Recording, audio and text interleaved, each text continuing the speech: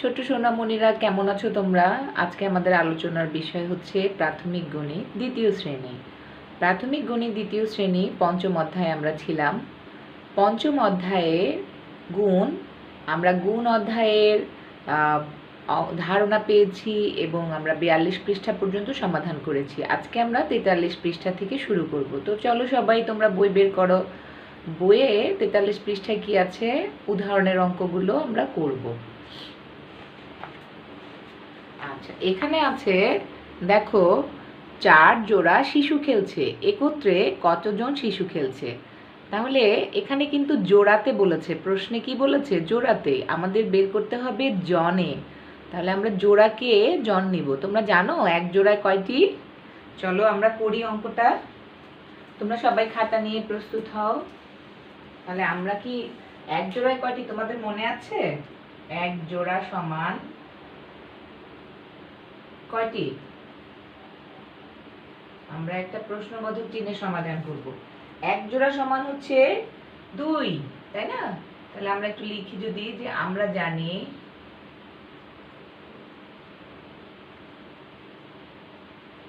এক জোড়া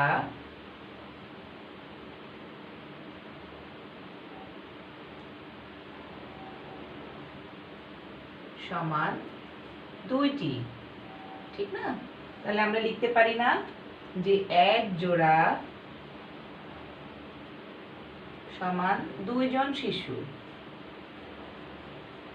আমাদেরকে বের করতে হবে কয় জোড়া বলো তো? এখানে প্রশ্নে বলেছে 4 জোড়া। তাহলে 4 জোড়া সমান 2 গুণ 4 জন শিশু, 8 জন শিশু। তাহলে আমরা পেয়ে গেলাম আমাদের উত্তরটা। উত্তর 8 জন শিশু। আচ্ছা, এবার আমরা এখানে অপর পৃষ্ঠায় চলে যাব, 44 পৃষ্ঠায়। 44 পৃষ্ঠায় আমাদের এখানে দুটো অঙ্ক আছে, কলম 1 কলম 2। এই অঙ্ক দুটো আমরা সমাধান করব। তাহলে এখানে কি বলেছে দেখো, কলম 1-এ বলেছে মিনা প্রতিদিন একটি বই 2 পৃষ্ঠা পড়ে। তোমরা এটা তুলে ফেলেছো? আচ্ছা, আমরা এখন 44 পৃষ্ঠায় যাব।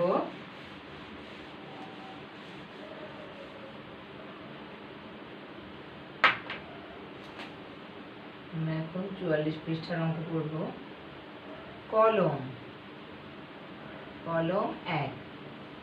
কলম 1-এ আমাদের কি বলেছে? মিনা প্রতিদিন একটি বইয়ের 2 পৃষ্ঠা করে পড়ে। সে 6 দিনে কত পৃষ্ঠা পড়বে? তাহলে একদিনে বইয়েরটি পড়ে কত পৃষ্ঠা? 2 পৃষ্ঠা, তাই না? তাহলে একদিনে আমরা লিখব মিনা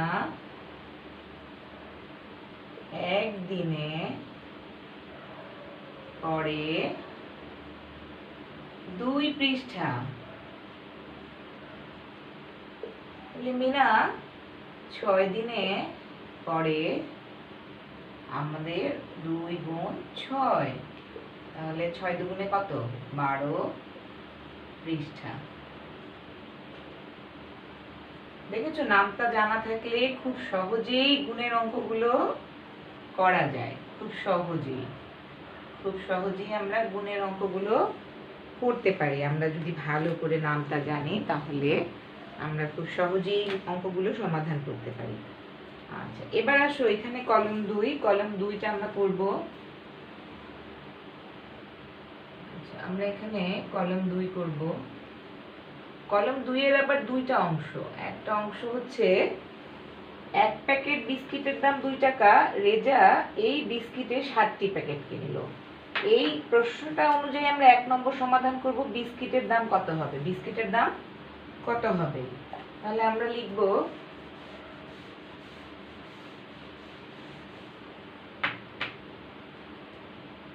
1 প্যাকেট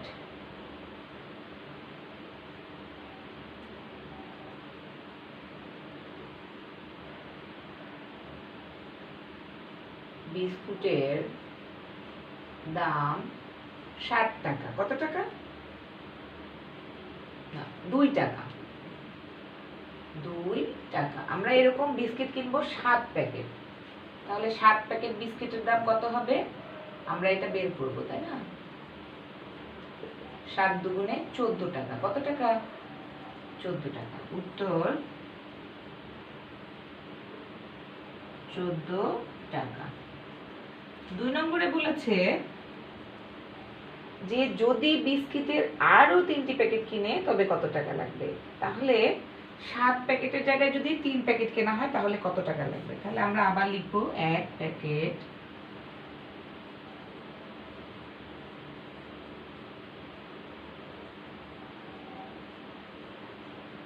বিস্কিটের দাম 2 টাকা,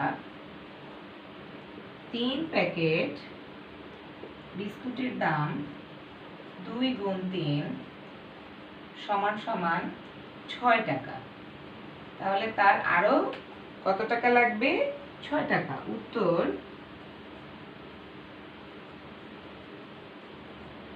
আরো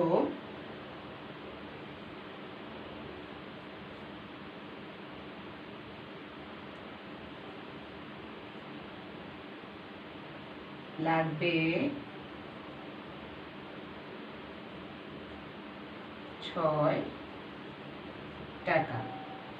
না, এখানে সে 3 প্যাকেট বিস্কিট লেগেছে, তাহলে আমাদের আরো বেশি লাগছে কয় টাকা? আমাদের কত টাকা লাগবে? 6 টাকা লাগবে। এটা হচ্ছে আমাদের গুণের অঙ্ক। এখানে আমরা গুণই করব, যোগ করতে যাব না। তাহলে এবার আসো আমরা চলে যাই 45 পৃষ্ঠায়। কোনো অঙ্ক নেই আমাদের এখানে। আমরা চলে যাব 47 পৃষ্ঠায়। কত পৃষ্ঠায়? 47 পৃষ্ঠায়। তোমরা এটা তুলে ফেলেছো।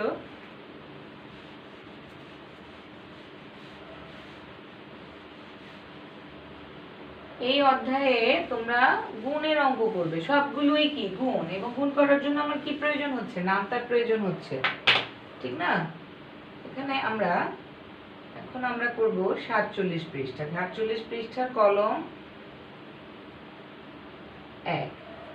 আচ্ছা, একটি রিকশায় 3টি চাকা আছে, 5টি রিকশায় কয়টি চাকা আছে? তাহলে আমরা লিখব একটি রিকশায় চাকা আছে 3টি। এরকম আমাদের রিকশা হচ্ছে 5টি। তাহলে 5টি রিকশায় চাকা আছে। একটা জিনিস মনে রাখবে, গুণের সময় গুণ্য এবং গুণক স্থান বিনিময় করলেও কিন্তু উত্তর একই থাকে। তাহলে কত হলো? 3 5 15টি। গুণ্য এবং গুণক স্থান বিনিময় করলেও আমাদের কি হবে? উত্তর একই হবে। উত্তর 15টি। আচ্ছা, এবার আসো কলম 2।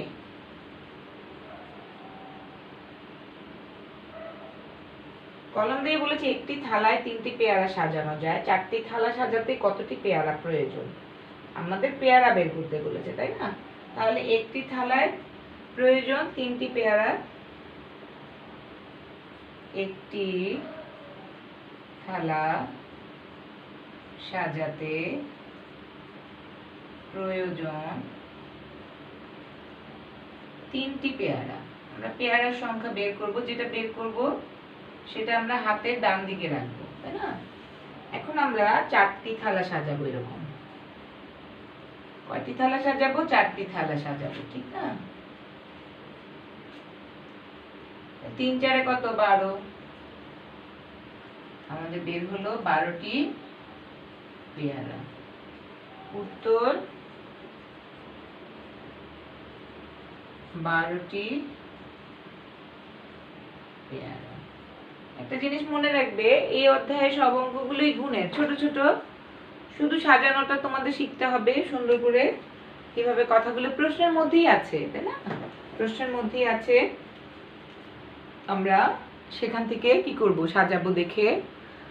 তো 47 পৃষ্ঠা পর্যন্ত আজকে আমাদের আলোচনা ছিল। আমরা পরবর্তী ক্লাসে আবার পরের পৃষ্ঠার অঙ্কগুলো সমাধান করে দিব। তোমরা সবাই ভালো থাকবে, সুস্থ থাকবে। আল্লাহ হাফেজ।